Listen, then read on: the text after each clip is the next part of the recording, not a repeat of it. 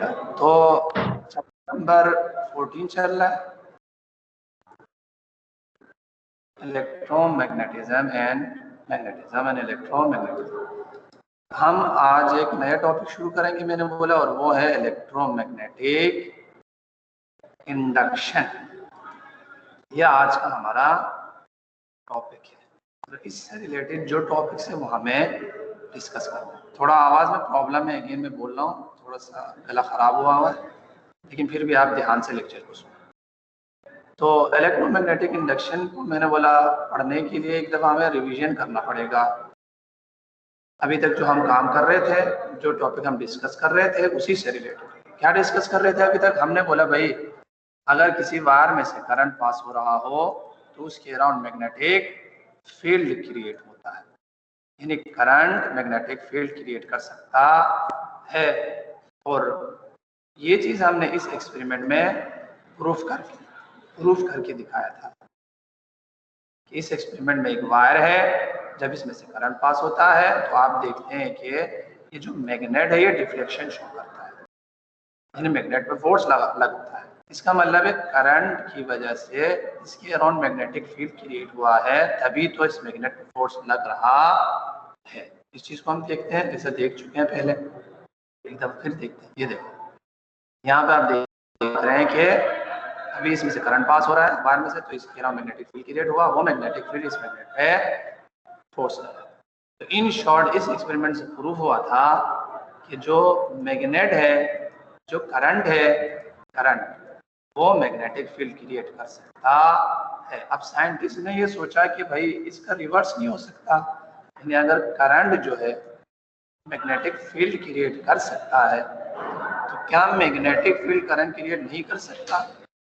अच्छा, अब इस सवाल को जवाब देने के लिए फैराडे ने कुछ एक्सपेरिमेंट्स किए, ठीक है, और वो इस नतीजे पे पहुंचा कि मैग्नेटिक फील्ड तो करंट क्रिएट कर नहीं सकता, लेकिन change in magnetic flux current create कर सकता है। यानी खुद मैग्नेट करंट क्रिएट नहीं कर सकता, लेकिन अगर मैग्नेटिक फ्लक्स में चेंज आ रहा हो तो फिर करंट क्रिएट हो सकता है।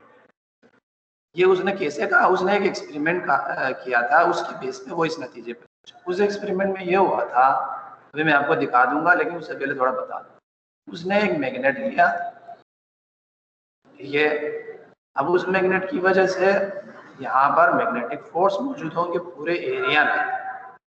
इस पूरे एरिया में जितने भी यहाँ पे एरिया है क्या होंगे भाई, मैग्नेटिक फोर्स। क्योंकि मैग्नेटिक फोर्स पूरे एरिया पे है, इसलिए हमने इसको नाम दिया फ्लक्स।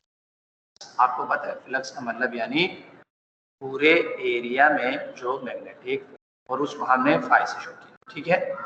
मैग्नेट है तो पूरे एरिया में मैग्नेटिक फील्ड होगा, उसको हमने फ्लक्स। अब उस मैग्नेटिक फ्लक्स में उसने एक वायर, इसमें टर्न है, टर्न होना जरूरी नहीं, तो एक मैग्नेट है, मैग्नेटिक फ्लक्स में उसने एक वायर रखा। इसको मैं वायर भी बोलूंगा, याद रखो।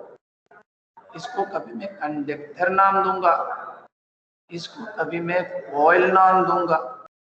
ये सब एक ही चीज है, क्योंकि इन सब का मतलब वही वायर है, ठीक। तो एक वायर रखा या एक कॉइल रखा, फिर उसको मैंने एमीटर से या गैल्वेनोमीटर से कनेक्ट किया। एक ऐसा डिवाइस है जो करंट को मेजर करता है, जब करंट पास होता है तो ये डिफ्लेक्शन शो करती है करंट। तो ये आपके पास एक मैग्नेट आया, फैराडे के एक्सपेरिमेंट को हम डिस्कस कर रहे हैं। ये उस मैग्नेट की वजह से फ्लक्स है, फिर उस फ्लक्स में हमने रखा एक वायर। अब उसने देखा जब तक ये जो मैग्नेट है रेस्ट में है, तब तक यहाँ से कोई करंट फ्लो नहीं कर रहा। मैग्नेटिक फील्ड तो है, आप खुद देख लें, मैग्नेटिक फ्लक्स यहाँ पे पूरे एरिया में मौजूद है, लेकिन करंट इसमें से फ्लो नहीं कर रहा। क्यों? क्योंकि ये रेस्ट में है, इसका मतलब है मैग्नेटिक फ्लक्स फिक्स है। जब रेस्ट में है कोई करंट फ्लो नहीं कर रहा।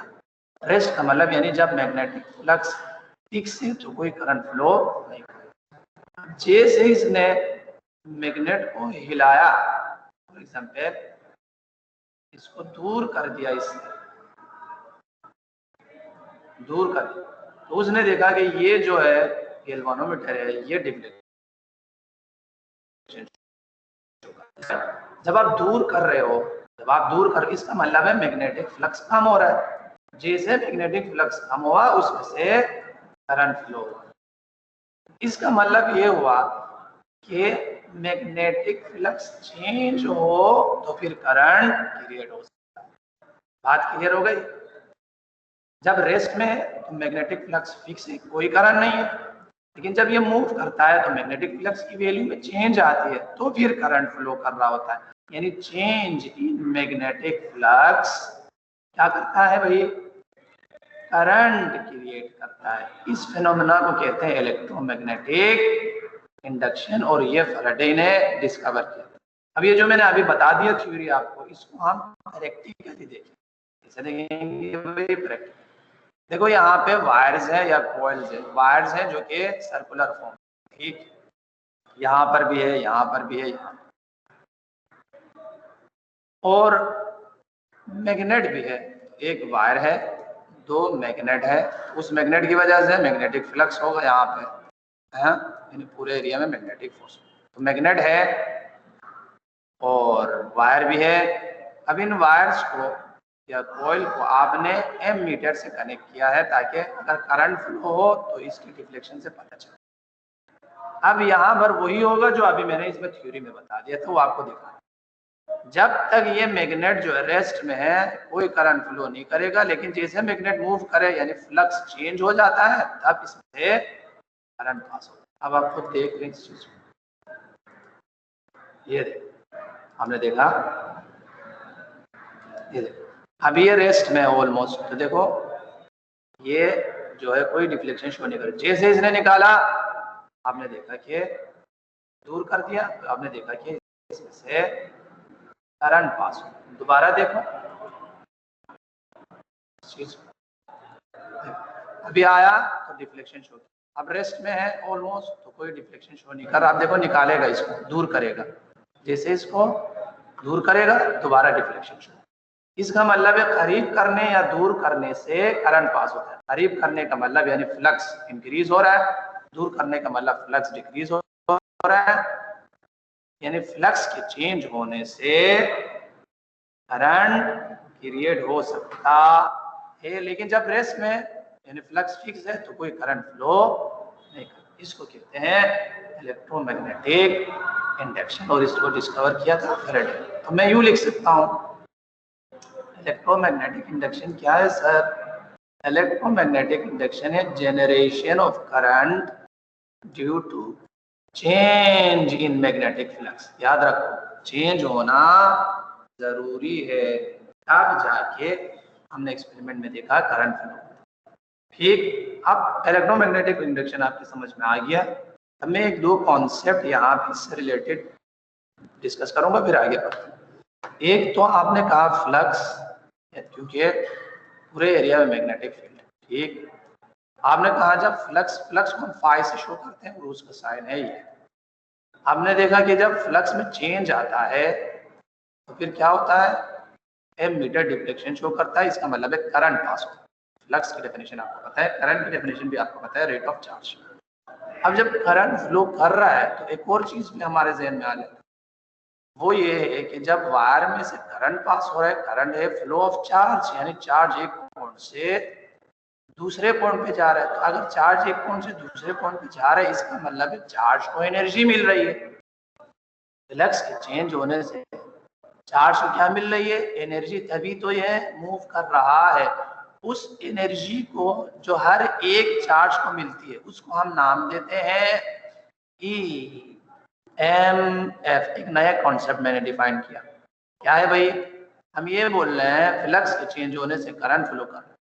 करंट का मतलब यानी चार्ज एक पॉइंट से दूसरे पॉइंट पे जा रहा है, इसका मतलब उसको एनर्जी मिली है तभी तो वो आगे जा रहा है। वो जो एनर्जी हर एक चार्ज को मिलती है, हर एक कूलम चार्ज को, एनर्जी पर चार्ज, हर एक चार्ज को जो एनर्जी मिल रही है उसको मैंने नाम दिया EMF, इलेक्ट्रोमोटिव फोर्स नाम। क्या है? एनर्जी जो हर एक चार्ज को मिलती है जिसकी वजह से करंट होता है। और उसको हम उसके लिए सिंबल यूज करते हैं एप्सिलॉन। ठीक, एक बात, एक नई चीज मैंने डिफाइन की, लेकिन ये जो है पहले भी मैं डिफाइन कर चुका हूँ। एनर्जी पर चार्ज को हम वोल्टेज भी, दोनों नाम हम दे सकते हैं। एक नया कॉन्सेप्ट था और इसके जो नाम और सिंबल है ये आप जहन में रखें। ठीक, ईएमएफ यानी इलेक्ट्रोमोटिव फोर्स, सिंबल एप्सिलॉन है, और ये वही वोल्टेज भी कह सकते हैं, इसको नाम दे सकते हैं। और ये है क्या, फिजिकली ये एनर्जी है जो हर चार्ज को मिलती है। ठीक, अब फैराडे ने अपने एक्सपेरिमेंट में, ठीक, इन फ्लक्स और इनके दरमियान रिलेशन फाइंड किया, यानी करंट और एनर्जी जो हर एक चार्ज को मिलती है, ईएम, इनके दरमियान रिलेशन फाइंड किया। क्या किया भाई, रिलेशन। वो रिलेशन क्या था, उसने ये कहा ये जो चार्ज को एनर्जी मिलती है फ्लक्स के चेंज की वजह से, ये डिपेंड करता है rate of change of flux. इस पर डिपेंड करता है बेटा, rate of change of flux. Change हो तो एनर्जी मिलेगी, तो आपने देख लिया। ये बोल रहे अगर रेट का मतलब है कितनी तेजी से चेंज हो रहा है, जितनी तेजी से चेंज हो वो जो एनर्जी मिलेगी वो उतनी ज्यादा होगी, तो फिर करंट भी ज्यादा होगा। कितनी तेजी से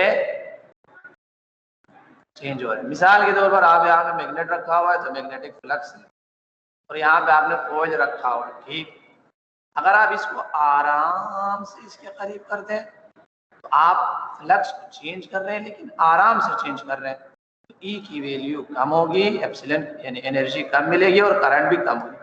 लेकिन अब क्या करें, आप तेजी से इसको आगे बढ़ाएं, बहुत तेजी से मैग्नेट को यहाँ से उधर लेके जाएं, इसको कहते हैं यानी rate of change of flux को आपने क्या कर दिया, तेज कर दिया, तेजी से चेंज किया। इस केस में जो एनर्जी की वैल्यू है वो ज्यादा होगी और जो करंट की वैल्यू है वो भी ज्यादा होगी। समझ में आया बेटा? इसका मतलब क्या, rate of change of flux कितनी तेजी से आप चेंज कर रहे हैं इस पर डिपेंड करता है। अब इसको हम मैथमेटिकल यू लिखेंगे। स्टेटमेंट तो मैंने लिख दिया, ईएमएफ यानी एनर्जी जो इलेक्ट्रॉन को मिलती है वो डिपेंड करता है rate of change of magnetic flux पे, और मैथमेटिकली उसको हम यू लिखते हैं, एनर्जी जो हर चार्ज को मिलती है EMF epsilon directly proportional to rate of change of flux. अब फ्लक्स के साथ बी लगाया, बी इसलिए यानी मैग्नेटिक फ्लक्स। अब इस चीज को हम देख लेते हैं, फिर आगे बढ़ते हैं। ये देखो, अभी यहाँ पर जो है एक एमीटर है, ठीक है, ये कॉइल है, अब एक मैग्नेट भी आएगा। जब आप मैग्नेट को आराम से करीब करते हैं तो अगर आपको नजर आ रहा हो ये थोड़ा सा डिफ्लेक्शन शो करता है यहाँ तक, यानी करंट थोड़ा सा क्रिएट होता है, इसका मतलब है एनर्जी थोड़ा सा मिला। लेकिन जैसे ये तेजी से मैग्नेट को करीब करेगा तो डिफ्लेक्शन यहाँ तक चला जाएगा, इसका मतलब है एनर्जी और करंट ज्यादा हो गया। यानी रेट पे डिपेंड करता है कितनी तेजी से आप चेंज कर रहे हो। इस चीज को देख लेते हैं।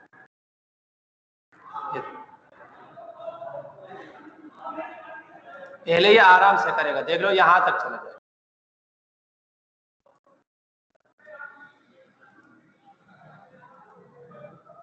दोबारा देखें। ये देखें, पहले आराम से लेके जाएगा तो यहाँ तक डिफ्लेक्ट होगा, यहाँ तक देखो, आराम से लेके जाए, देखो, देखा, यहाँ तक डिफ्लेक्ट। अब तेजी से करेगा तो यहाँ से देखो, यहाँ तक डिफ्लेक्ट होगा। अगर आपको सही से नजर आए, दोबारा करेगा देखो, यहाँ तक डिफ्लेक्ट। इसका मतलब है जितनी तेजी से मैग्नेटिक फ्लक्स चेंज हो, यानी रेट ऑफ फ्लक्स जितना ज्यादा हो, तो आप देख रहे हैं कि एनर्जी ज्यादा, करंट ज्यादा है यानी एनर्जी भी ज्यादा मिला। यही तो हमने कहा जो एनर्जी है यानी ईएमएफ वो डायरेक्टली प्रोपोर्शनल है rate of change of flux, यानी कितनी तेजी से फ्लक्स चेंज हो। अब आपको पता है कि जब आप प्रोपोर्शनलिटी को इक्वलिटी में कन्वर्ट करते हैं तो एक कांस्टेंट आएगा, उस कांस्टेंट को मैंने नाम दिया एन। एन क्या है? एन नंबर ऑफ टर्न्स है भाई, नंबर ऑफ टर्न। ये क्वेश्चन ये बता रही है जो चार्ज को एनर्जी मिलती है वो एक तो रेट ऑफ चेंज पे डिपेंड करता है कि कितनी तेजी से आप फ्लक्स को चेंज करें, लेकिन उसके साथ साथ मैग्नेटिक फील्ड के रेट ऑफ चेंज पे डिपेंड करता है एक, लेकिन खुद कॉइल के नंबर ऑफ टर्न्स पे डिपेंड करता है। खुद कॉइल की किस पे डिपेंड करता है? Number of turn. Number of turn जितना ज्यादा रखो एनर्जी ज्यादा मिलेगी और करंट ज्यादा फ्लो करेगा, यानी नंबर ऑफ टर्न्स पे भी डिपेंड करता है। इसको भी देख लेते हैं, मैं आपको दिखाता हूँ ताकि आपको इत्मीनान हो जाए। ये सारा जो हम बात कर रहे हैं ना, ये एक्सपेरिमेंटल बेस्ड है, मतलब ये सारे हमने एक्सपेरिमेंट से इन नतीजे पे पहुंचे। अभी यहाँ पे देख लो, यहाँ पे देखो बेटा, नंबर ऑफ टर्न्स यहाँ पे कम है, इसमें थोड़ा ज्यादा है और इस वाले में तो बहुत ज्यादा है। ठीक, जब आप यहाँ पे फ्लक्स चेंज करते हो थोड़ा सा डिफ्लेक्शन शो करेगा, ये 1 तक चला जाएगा ज्यादा से ज्यादा इधर से या तो, ठीक। लेकिन जब आप मिसाल के तौर पर इधर से पास करो, यहाँ पे मैग्नेटिक फील्ड फ्लक्स चेंज करो, इसकी टर्न ज्यादा है तो इसकी डिफ्लेक्शन ज्यादा होगी, यानी 2 तक जाएगा इधर से। तब आप देख लो, पहले हम टर्न पे देखते हैं कि करंट डिफ्लेक्शन कम होगी, यानी करंट कम है, एनर्जी कम मिल रही है। देख लेते हैं इसको, ये अभी हिलाएगा, देखना कहाँ तक बेंड होता है, देखो ये देखो 1 तक आ गया, 1 तक आके वापस चला। अब तो यहाँ तो 1 तक डिफ्लेक्ट हो रहा है, थोड़ा सा करंट है, एनर्जी थोड़ा मिल रहा है। अब आप इस टर्न, ये जो है इसमें टर्न ज्यादा है, इसके लिए देखते हैं क्या, ठीक। इसके लिए हम देखते हैं, ये देखो, अब देखो ये 2 तक जा रहा है, इधर से भी 2 तक जाएगा, देख लो, और करना यहाँ तक आएगा। देखो मैग्नेट वही था, उतनी ही तेजी से इसने चेंज किया, लेकिन यहाँ पे डिफ्लेक्शन ज्यादा है। क्यों? इसका मतलब है करंट ज्यादा फ्लो कर रहा है। क्यों? क्योंकि नंबर टर्न्स ज्यादा है। तो मेरा ख्याल में अब आपको क्लियर हुआ होगा कि जो है ये जो एनर्जी मिलती है चार्ज को, फ्लक्स के चेंज होने से चार्ज को एनर्जी मिलती है, जिसको हमने ईएमएफ नाम दिया एप्सिलॉन, जिसकी वजह से करंट फ्लो होता है। वो जो एनर्जी मिलती है वो नंबर ऑफ टर्न्स पे डिपेंड करता है, जितना ज्यादा टर्न हो एनर्जी ज्यादा होगी, करंट से। और rate of change of flux पे डिपेंड करता है, जितना तेजी से आप फ्लक्स चेंज करो उतना ज्यादा एनर्जी मिलेगी, उतना ज्यादा करंट फ्लो करेगा, ठीक। इसको कहते हैं Faraday law of electromagnetic induction. अब अगर आप नोट करें, यहाँ पे मैंने एक माइनस भी लगाया। क्या लगाया हुआ बेटा? माइनस लगा। ये कहाँ से? बस इसका मतलब इतना सा है कि ये जो करंट क्रिएट होता है ना, ये हमेशा जो भी चेंज आ रहा है उसको अपोज करता है। माइनस क्यों है भाई? माइनस इसलिए ये जो करंट क्रिएट होता है ये हमेशा क्या करता है? चेंज को अपोज करता है। क्या मतलब सर इसका? ये ज़हन में रखो, चेंज को। मिसाल के सपोज करो ये आपका कॉइल है, इसको मैं डायग्राम से समझाता हूँ। ये आपके पास कॉइल है, रेक्टेंगुलर लिया यानी वायर है। सपोज करो यहाँ पे मैग्नेटिक फील्ड इस डायरेक्शन, ठीक, ये मैग्नेटिक फील्ड। अब सपोज करो यहाँ पे आप क्या कर रहे हो? सपोज करो यहाँ पे आप मैग्नेट को इससे दूर कर रहे हो, यानी मैग्नेटिक फील्ड को आप कम कर रहे हो, छोटा सा हो गया, ठीक। मैग्नेटिक फील्ड को आपने क्या कर दिया भाई? मैग्नेटिक फ्लक्स को कम कर दिया। अब आपको पता है क्योंकि फ्लक्स में चेंज है, करंट क्रिएट हो जाएगा वायर में। अब उस डायरेक्शन में वायर करंट क्रिएट होगा जिस डायरेक्शन में यहाँ पे आपने कम कर दिया, तो फिर क्या होना चाहिए? करंट उस डायरेक्शन में फ्लो करेगा जिस डायरेक्शन में इसकी वैल्यू में इजाफा हो जाए। आपने कम कर दिया तो ये क्या करेगा? करंट इस डायरेक्शन में फ्लो करेगा।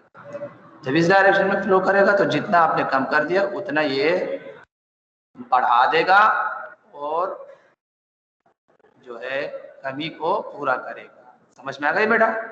यानी फील्ड आपने कम कर दिया, करंट उस फील्ड को दोबारा बढ़ा देगा, अपोज कर रहे, इसलिए माइनस आता है। अब तो देखो करंट अगर इस डायरेक्शन में फ्लो करे, according to right hand rule आपको पता है मैग्नेटिक फील्ड ऊपर क्रिएट होगा। राइट हैंड रूल क्या था, थंब आप करंट के डायरेक्शन में रखें, फिर आपकी जो फिंगर्स की टर्निंग है वो फील्ड को शो करेगा। आप देखो टर्निंग क्या है, अंदर से बाहर की तरफ, यूं आ रही, यानी यहाँ पे अंदर से बाहर की तरफ है, इसका मतलब है मैग्नेटिक फील्ड अपवर्ड डायरेक्शन में क्रिएट। समझ में आ गई बेटा, जो भी चेंज आ रहा हो इसको अपोज करेगा, यानी यहाँ पे मैग्नेटिक फील्ड कम हो रहा था, करंट इस डायरेक्शन में फ्लो करके जितना कमी आई थी उसको पूरा कर दिया, कम होने नहीं दिया। ठीक इसी तरीके से अगर मैग्नेटिक फील्ड बढ़ा रहे हो आप, करंट ऑपोजिट डायरेक्शन में फ्लो करेगा, जिसकी वजह से नीचे की तरफ मैग्नेटिक फील्ड क्रिएट होगा और जितना आपने बढ़ाया है उसको कैंसिल करेगा। तो इन शॉर्ट करंट और एनर्जी की जो डायरेक्शन है वो हमेशा उस डायरेक्शन में होगा जिस डायरेक्शन में अपोज करे। बढ़ रहा है तो कम करेगा, कम हो रहा तो बढ़ा देगा। इसको कहते हैं लेंज लॉ। इसको क्या कहते हैं, लेंज लॉ। यानी करंट हमेशा जो चेंज आ रहा है उसको अपोज करता है, इसको कहते हैं लेंज लॉ। इसको हम फैराडे लॉ में डाल देंगे तो इसमें एक माइनस में। तो ये आपके पास है बेटा electromagnetic induction, Faraday law and Lenz law. इसमें मेन पॉइंट ये था कि मैग्नेटिक फ्लक्स अगर चेंज हो तो फिर वायर में करंट क्रिएट कर सकता है। अब कितना करंट क्रिएट होगा या एनर्जी डायरेक्शन क्या होगी वो हमने ये दो लॉ बताएंगे हमें। बाकी जो मेन पॉइंट था वो यही था कि फ्लक्स के चेंज होने से इलेक्ट्रॉन्स को एनर्जी मिलती है जिसकी वजह से करंट। ये बेटा ये हो गया इलेक्ट्रोमैग्नेटिक इंडक्शन।